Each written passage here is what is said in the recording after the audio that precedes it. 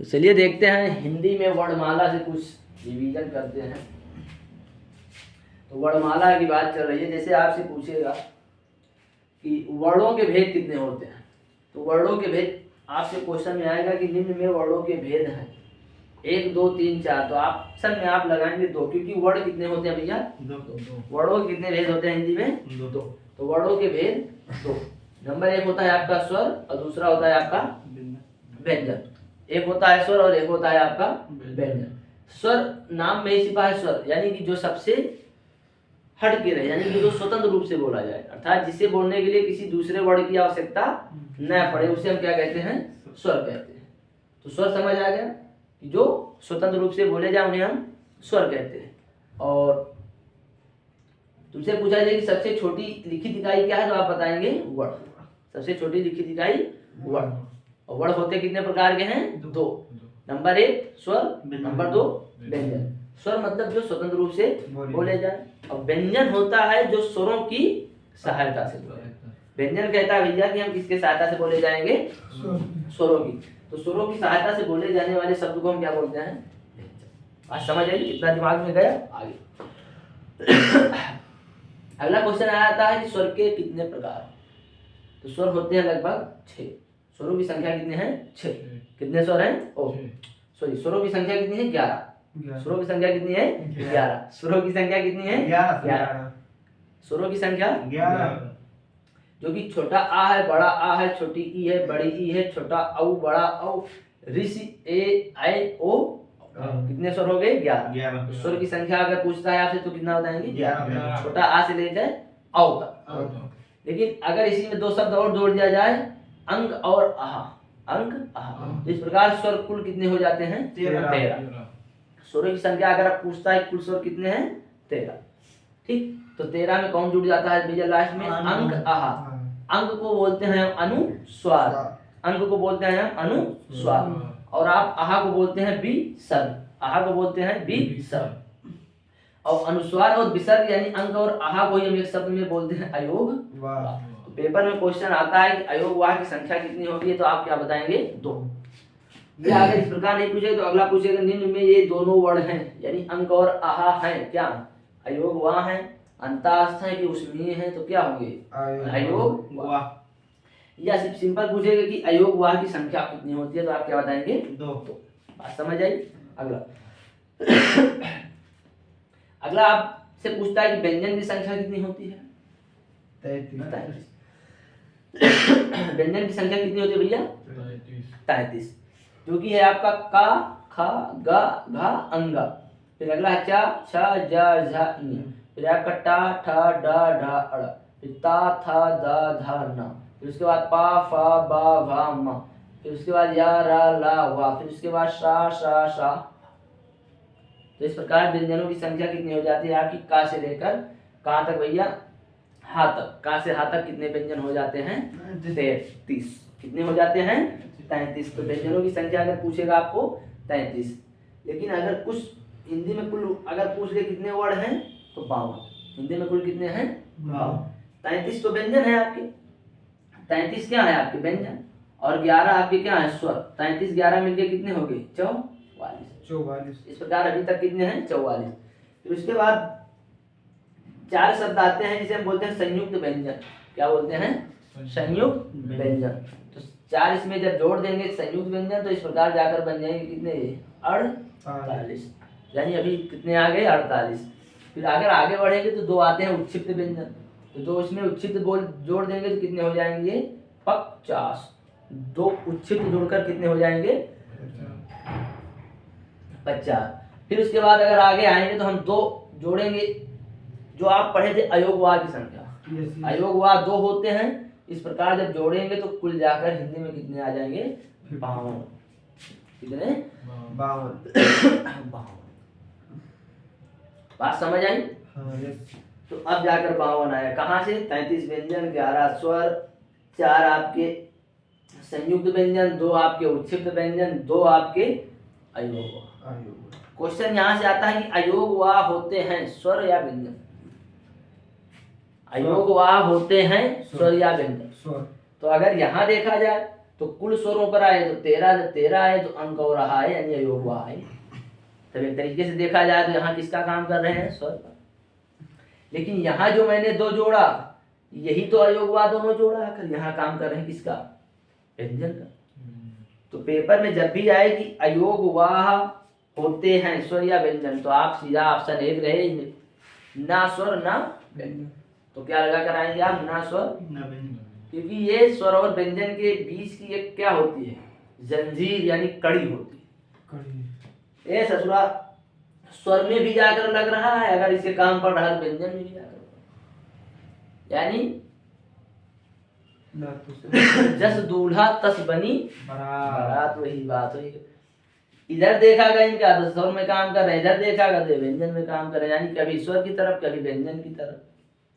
तो पेपर में आता है कि अयोग वा होते हैं, तो ऑप्शन में रहेगा ना स्वर ना व्यंजन, अर्थात ना ये स्वर में जाते हैं ना ये व्यंजन में जाते हैं। बात समझ आई?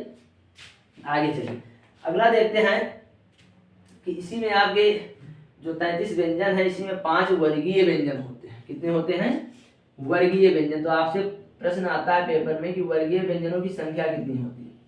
तो का से लेकर, कहाँ से भैया, का से लेकर माँ तक, कहाँ तक, माँ तक, का से लेकर माँ तक कुल कितने व्यंजन हो जाते हैं, जोड़िए। तो का से माँ तक अगर देखा जाए तो 5 सब में जुड़ते हैं, 5 रो 5 कॉलम है। इस प्रकार जाकर इनकी संख्या कितनी हो जाती है, 25। इसीलिए इन्हें बोला जाता है क्या भैया, वर्गीय व्यंजन। तो आपसे पूछेगा कि वर्गीय व्यंजनों की संख्या कितनी होती है, तो क्या बताओगे, 25। क्योंकि इसमें 5 पंक्ति होती है और 5 ही स्तंभ होते हैं। तो जो खड़ी है ये अब क्या है, आपकी स्तंभ है, और जो पड़ी है वो क्या है, पंक्ति है। तो 5 खड़ी रेखा है, 5 पड़ी रेखा, इस प्रकार जाकर एक शब्द बनता है जिसे बोलते हैं वर्गीय, और उसी प्रकार एक व्यंजन है तो बोलते हैं व्यंजन, यानी वर्गीय व्यंजन।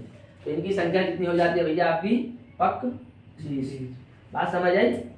इसी को हम का को बोलते हैं पहला, प्रथम, खा को बोलते हैं दूसरा, द्वितीय वर्ग, गा को बोलते हैं तृतीय वर्ग, घा को बोलते हैं चतुर्थ वर्ग, और अंगा को बोलते हैं पंचम। तो आपसे आता है कि किसी भी वर्ग का पंचम अक्षर क्या है। तो किसी भी वर्ग का पंचमा अक्षर अंगा, इया, अड़ा, ना, मा, ये। किसी भी वर्ग का पंचमा अक्षर क्या होता है, अंगा, इया, अड़ा, ना, मा, ये होते हैं। फिर क्वेश्चन अगला आता है कि जो का वर्ग होता है, यानी का से लेकर अंगा तक, इसे बोलते हैं हम कंठ। का से लेकर अंगा तक के शब्द को हम क्या बोलते हैं, कंठ। और चा से लेकर झा तक के हम क्या बोलते हैं, चा से इया तक, चा से इया तक, चा से इया तक के शब्दों को हम क्या बोलते हैं भैया, तालु। क्या बोलते हैं, तालु। और टा से अड़ा तक के हम क्या बोलते हैं, मूर्धा। फिर उसके बाद ता से ना तक को हम बोलते हैं दंती, क्योंकि ये दांत के सहारे बोले जाते हैं। आप बोल के देखिए, ता, था, दा, धा, ना, सब आपके दांत से बोले जाते हैं। फिर उसके बाद ओष्ठ आता है। तो ओष्ठ जो होता है आपका पा से लेकर कहाँ तक होता है, माँ तक। क्यों, क्योंकि ये ओष्ठ से बोले जाते हैं। बोलो आप पा पा पा पा पा पा, है ना, फा फा फा, बा बा बा, भा मा। तो ये किससे बोले जाते हैं, ओठ। तो इसीलिए इन्हें बोला जाता है ओष्ठ। ठीक। फिर उसके बाद दंती में दा, धा, धा, ना, तो किससे बोले जाते हैं, दांत से। ठीक। फिर उसके बाद मूर्धा, मुंह के आधे भाग से मूर्धा, टा, ठ, ड, ढ, अड़ा, तालु से, जिसमें तालु से बोला जाए, चा, छा, जा, झा। तो इससे कंठ से बोला जाए। देखिए, कंठ, तालु, मूर्धा, दंत, ओष्ठ, ऐसे याद करो। कंठ, तालु, मूर्धा, दंत, ओष्ठ, याद लीजिए ना। सबसे नीचे क्या है भैया, कंठ। कंठ से ऊपर आएंगे तो तालु, तालु से ऊपर आएंगे तो मूर्धा, फिर उससे ऊपर आएंगे तो दंत, फिर उससे बाहर निकल आएंगे तो ओठ। ओठ के बाहर जीभ है, गलत बात। अब ये इस प्रकार याद करें तो याद हो जाएंगे, काफी कंफ्यूजन होती है, आप याद नहीं कर सकते, पता नहीं चलता कि पहले कंठ आए तालु है क्या है। तो सबसे पहले याद रखिए कंठ, कंठ से ऊपर आएंगे तो तालु, तालु से ऊपर आएंगे तो मूर्धा, मूर्धा से ऊपर आएंगे तो दांत, दांत से बाहर आएंगे तो ओठ। समझ आई? तो आपसे पूछा जाता है क्वेश्चन पेपर में, तो वर्गीय व्यंजन पता चल गया 25। ठीक, आपसे पूछेगा किसी वर्ग का पहला अक्षर, किसी वर्ग का पहला, तीसरा और पांचवें वर्ग को हम क्या बोलते हैं?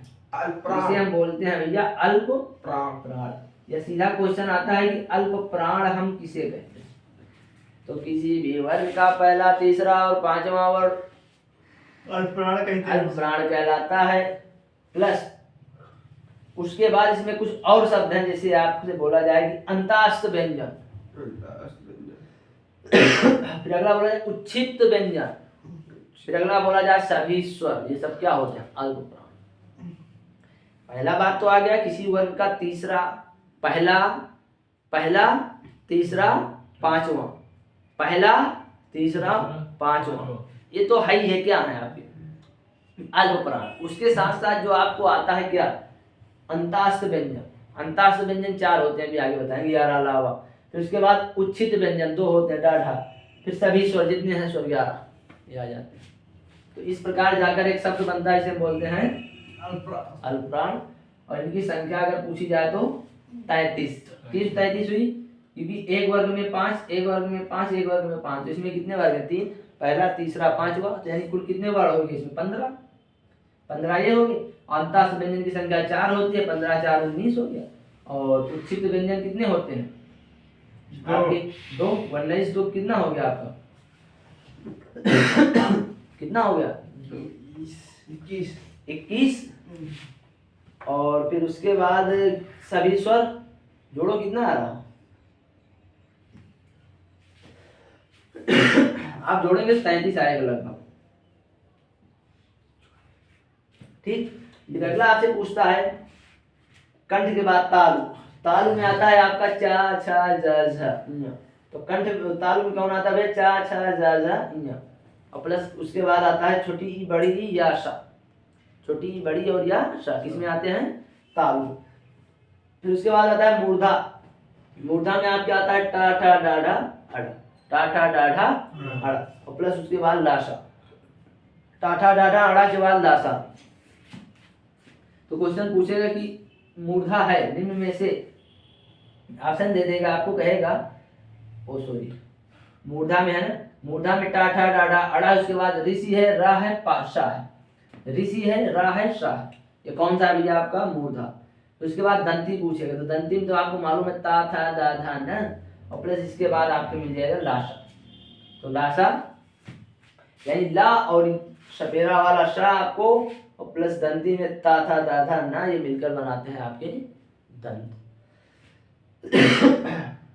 फिर इसके बाद ओष्ठ। ओष्ठ पे जो बोले जाते हैं पा फा बा बा म, पा फा बा बा म, ये आपके होते हैं ओष्ठ। इन्हीं से शब्द से कुछ शब्द और बनते हैं, 2 शब्द, जैसे कंठ और तालु से बनता है, तो कंठ और कंठ तालव्य बनता है।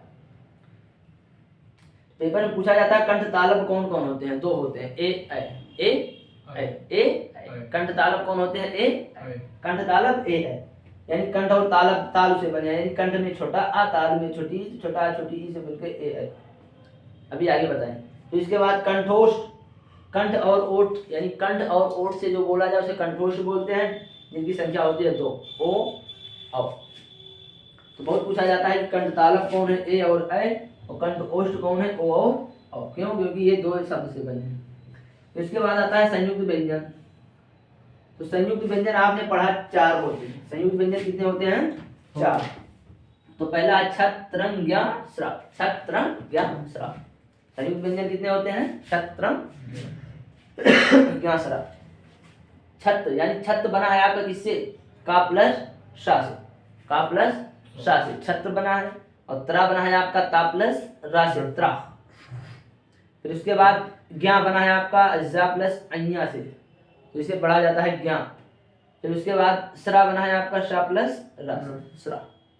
तो आपसे पूछेगा कि संयुक्त व्यंजन की संख्या कितनी होती है? 4। कौन कौन से? छत्र तो छत्र बना है आपका का प्लस शा से, और त्रा बना है आपका ता प्लस रा से, और इया बना है आपका जा प्लस ज्ञा बना है आपका जा प्लस अइया से, और सरा बना है आपका शा प्लस रा से।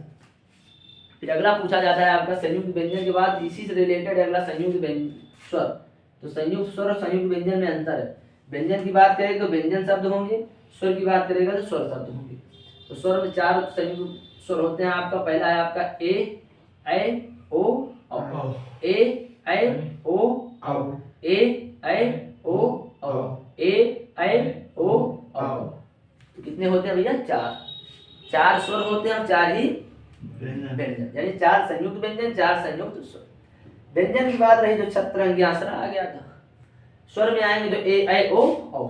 तो ए बना है आपका आ प्लस ई से। किससे बना है आपका? आ प्लस ई से। और इसी को हम अभी बता रहे थे कंठ तालव्य भी बोलते हैं। तो आ प्लस ई से मिलकर बने तो कंठ तालव्य, या सीधा बोल दे ए कंठ तालव्य। फिर ऐ आपसे पूछेगा तो आ और ए से बना है ऐ, आ और ए से बना है आपका ऐ।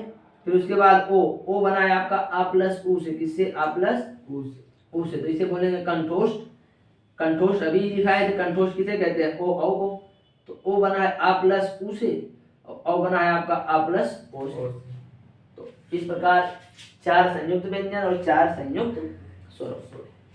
और अल्प प्राण आपको मालूम है किसी वर्ग का पहला, तीसरा, पांचवा वर्ण प्लस अंतःस्थ व्यंजन और प्लस उच्छिष्ट व्यंजन प्लस सभी स्वर। इस प्रकार जाकर अल्प प्राणों की संख्या कितनी हो जाती है? 31। ठीक। फिर उसके बाद अगला पूछता है आपसे, इसमें अल्प प्राण के बाद आता है महाप्राण। तो जो पहला, तीसरा, पांचवा हट गए, दूसरा चौथा बच गए, होता है आपका कौन? महाप्राण। कौन होता है? महाप्राण। महाप्राण। फिर उसके बाद अगला शब्द आता है घोष, सघोष। घोष या इसी को बोलते हैं हम घोष। घोष को ही सघोष बोलते हैं। अगला होता है आपका आ घोष।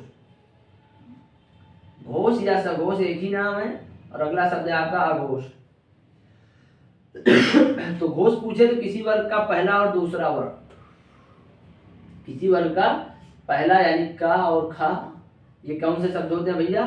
घोष या सघोष। और अघोष की बात करें तो किसी वर्ग का जब पहला दूसरा हो गया तो बच रहा तीसरा, चौथा, पांचवा, इसे क्या कहते हैं? अघोष। तो अब यहां से क्वेश्चन पूछेगा, निम्न में खा है क्या है? निम्न में खा है क्या है? और आपको अल्प प्राण के बाद मैंने बताया था महाप्राण। महाप्राण कितने होते हैं? महाप्राण। तो महाप्राण आपसे पूछे तो किसी वर्ग का दूसरा वर्ग, तीसरा वर्ग क्या कहलाता है? महाप्राण। क्योंकि अल्प प्राण 3 है, पहला, तीसरा, पांचवा, तो महाप्राण हो जाएंगे दूसरा, चौथा। अब क्वेश्चन यहां से कैसे बने? क्वेश्चन सुनिए। आपसे पूछेगा का है, मतलब का वर्ड जो है ये क्या है? घोष। तो नंबर 1 तो बात याद रखेंगे, ये है अल्प प्राण। सेकेंड बात, ये घोष या सघोष है। आज समझ आई? तो अब आपसे पूछेगा का है, ऑप्शन देगा अल्प प्राण, घोष, अगला देगा अल्प प्राण, अघोष, फिर अगला देगा महाप्राण। तो ऑप्शन लगाएंगे आप अल्प प्राण प्लस घोष। फिर अगला देगा आपसे कि खा है क्या है? अल्प प्राण, घोष या अघोष। तो खा जो है आपका किसी वर्ग का दूसरा है, दूसरा है ना, तो ये अल्प प्राण तो होगा नहीं, तो इसे कहाँ रखेंगे हम? महाप्राण। महाप्राण में रखेंगे। और प्लस ये अघोष नहीं होगा क्योंकि दूसरे में ही है, तो ये क्या होगा? तो ऑप्शन में होगा महाप्राण, घोष या सघोष। तो आप लगाएंगे महाप्राण, घोष या बात समझ आई? अगला पूछेगा आपसे अइया। अइया है निम्न में से क्या है? अल्प प्राण, महाप्राण। तो अल्प प्राण किसी वर्ग का पहला, तीसरा, तो पहला, तीसरा, पहला, तीसरा, पांचवा, तो अइया का हो जाए आपका? अल्प प्राण। फिर उसके बाद पूछेगा आपसे बा है, भा है अल्प प्राण या महाप्राण? तो भा किसी वर्ग का चौथा है, जब चौथा है तो महाप्राण है। महाप्राण के साथ ये अघोष भी है, क्योंकि अघोष कहता है दूसरा तीसरा पांचवा, और सॉरी तीसरा चौथा पांचवा। बात समझ आई? तो किस प्रकार क्वेश्चन पूछेगा आप, विषय आपको याद करना है। जब ये सब याद हो जाएगा तो कहीं से भी क्वेश्चन पूछे आप निकाल सकते हो। चलिए बताइए, निम्न में का है, निम्न में का है, तो ये उच्छिष्ट व्यंजन दो होते हैं, डाढ़ा, इसको मिटा दे। अब हम आते हैं, आपको क्वेश्चन देते हैं। क्वेश्चन पूछेगा कि निम्न में का है। ए आसन देगा अल्प प्राण, क्या देगा आपको, अल्प प्राण प्लस अघोष और प्लस कंठ। फिर दूसरा ऑप्शन देगा आपको बी आसन कि अल्प प्राण फिर उसके बाद देगा सघोष, फिर उसके बाद देगा आपको कंठ। तो कौन ऑप्शन सही है? तो नंबर 1 तो किसके बारे में बात कर रहा है, का के बारे में। तो का किसी वर्ड का कौन सा अक्षर है, पहला। अब पहला है तो पहला तीसरा पांचवा किस में जाते हैं, अल्प प्राण। तो नंबर 1 तो ये अल्प प्राण है, जो कि दोनों ऑप्शन में भी अल्प प्राण है, तो यहाँ तो बात बनेगी नहीं। ये थोड़ा और घुमाए तो फिर इसके बाद क्या, सघोष भी है। तो सघोष में आपको मालूम है कौन कौन होते हैं, पहला दूसरा बात बनी, यानी ये सघोष भी है।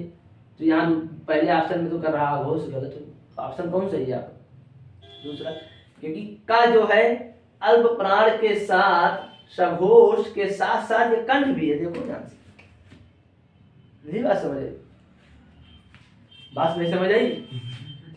इस प्रकार क्वेश्चन देगा पेपर में, मतलब इसका एक निष्कर्ष निकाले, क्या तुम कुछ याद है, तुम्हें लगता है शायद निकाल लोगे।